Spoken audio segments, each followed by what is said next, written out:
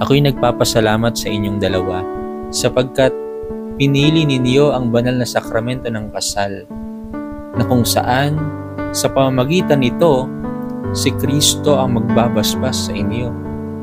Pinili ninyong manumpa at mangako sa harapan ni Kristo. Pinili ninyong magpalitan ng matamis ninyong oo sa isa't isa sa banal na lugar na ito sa tahanan ng Diyos.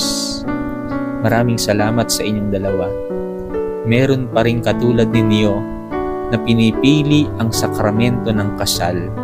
Pinipili si Kristo. Ang pagbabasbas na inyong matatanggap sa banal na sakramento ng kasal na ito ay napakamakapangyarihan. Bakit? Sapagkat kayong dalawa ay magiging isa sa paningin ng Diyos at sa paningin ng tao.